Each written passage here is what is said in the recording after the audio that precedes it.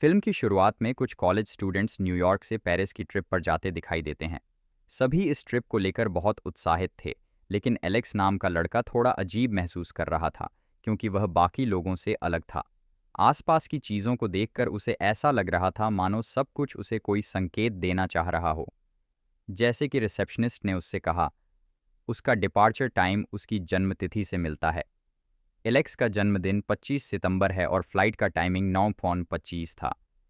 Airport पर एक गाना भी बज रहा था और उस गाने के सिंगर की मौत भी हवाई जहाज हादसे में हुई थी। एलेक्स को ऐसे कई क्लूज मिल रहे थे, फिर भी वह विमान में बैठ जाता है। थोड़ी देर बाद दो लड़कियां आती हैं और उससे सीट बदलने को कहती हैं।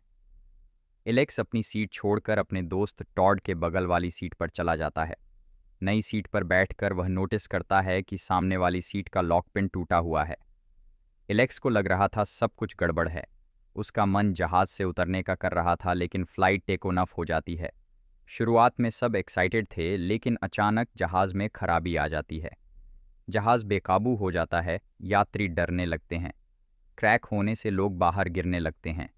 फिर विस्फोट होता है और आग लग जाती है। सभी यात्री, जिसमें एलेक्स भी शामिल था, मर जाते हैं।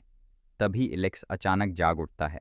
यह एक डरावना सपना था, लेकिन शक था कि यह सपना था या भविष्य की झलक, क्योंकि वही दो लड़कियां वास्तव में भी सीट बदलने आती हैं। एलेक्स घबरा जाता है और टॉड के पास वाली सीट पर बैठ जाता है।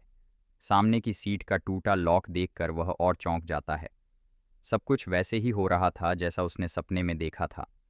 अब उसे यकीन हो जाता है कि यह सपना नहीं बल्कि एक चेतावनी थी। वह चिल्लाकर कहता है, "यह प्लेन फटने वाला है।" यात्री डर जाते हैं। उसका सहपाठी कार्टर उससे लड़ पड़ता है। नतीजा यह होता है कि दोनों को जहाज से बाहर निकाल दिया जाता है। कुछ और सहपाठी भी उनके साथ उतर जाते हैं। थोड़ी देर बाद फ्लाइट उड़ान भरती है और सचमुच हवा में धमाका हो जाता है। जहाज क्रैश हो जाता है। सब लोग एलेक्स को हैरानी से देखने लगते हैं। अब उन्हें एलेक्स से डर लगने लगता है।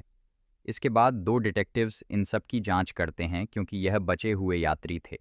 उन्हें शक होता है कि एलेक्स को पहले से सब पता कैसे था, लेकिन सबूत न होने पर उसे छोड़ दिया जाता है।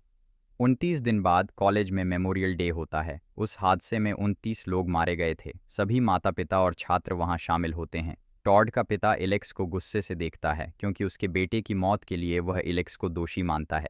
लेकिन टॉड जानता था कि एलेक्स की गलती नहीं थी।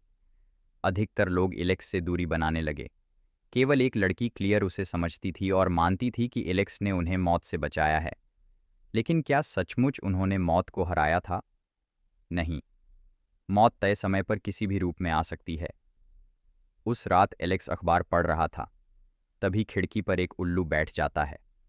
वह अखबार फेंकता है तो उसके टुकड़े पंखे में फंसकर उड़ जाते हैं। एक टुकड़े पर टॉड लिखा आता है, यानी मौत का अगला निशाना टॉड था। वास्तव में टॉड बाथरूम में हादसे का शिकार हो जाता है। फिसलने के बाद तार उसके गले में फंस जाती है और वह तड़प कर मर जाता है। लोग समझते हैं उसने आत्महत्या की, लेकिन एलेक्स जानता था कि ऐसा नहीं है।